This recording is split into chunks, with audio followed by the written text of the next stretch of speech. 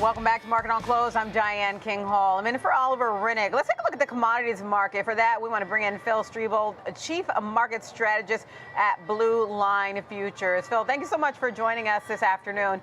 Let's start out with kind of a look at the dollar. It's advancing further north of 104, the dollar index. What do we make of that in terms of where the Fed left things this week?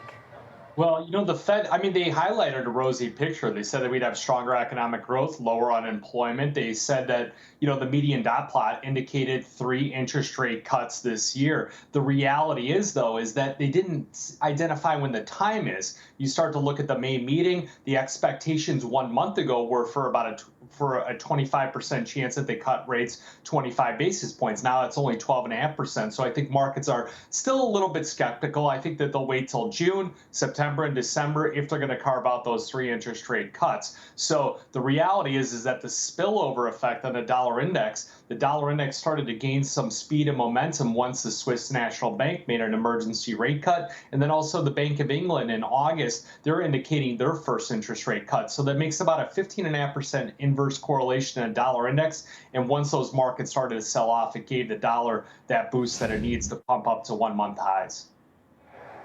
All right, and let's talk about kind of the bond market, the outlook for the bond market and yields after the FOMC's latest decision. What specific economic indicators are you watching out for, especially in the coming week, and what influence that could have on yields?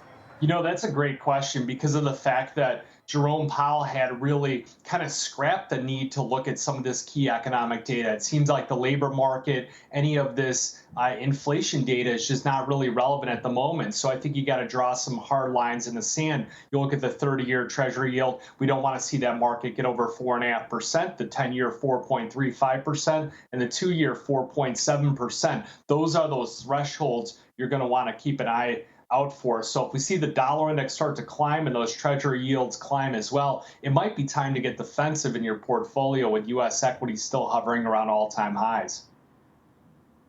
Defensive. It's interesting that you say that because a lot of times when we talk about getting defensive, we're talking about fixed income, right?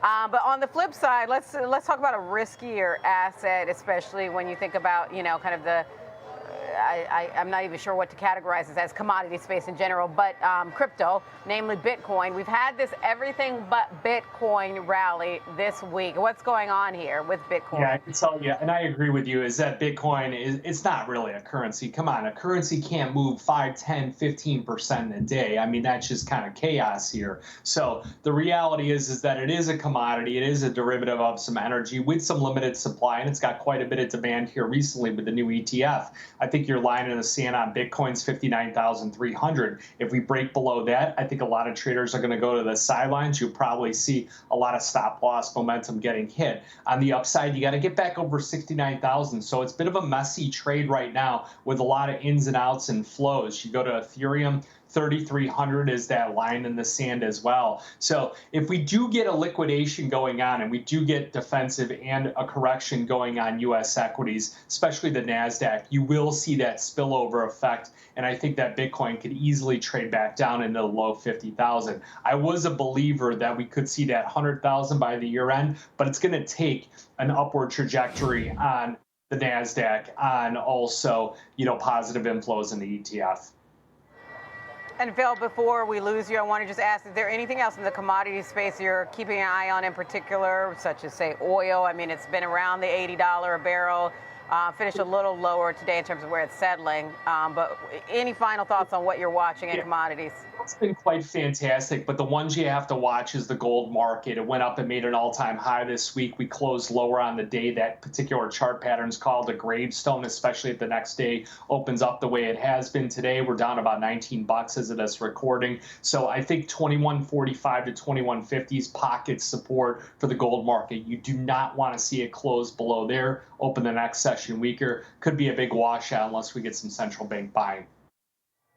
All right, potential washout there. Keep an eye on gold there. That was Phil Streible, Chief Market Strategist, Blue Line Futures. Thank you, Phil. Have a good weekend.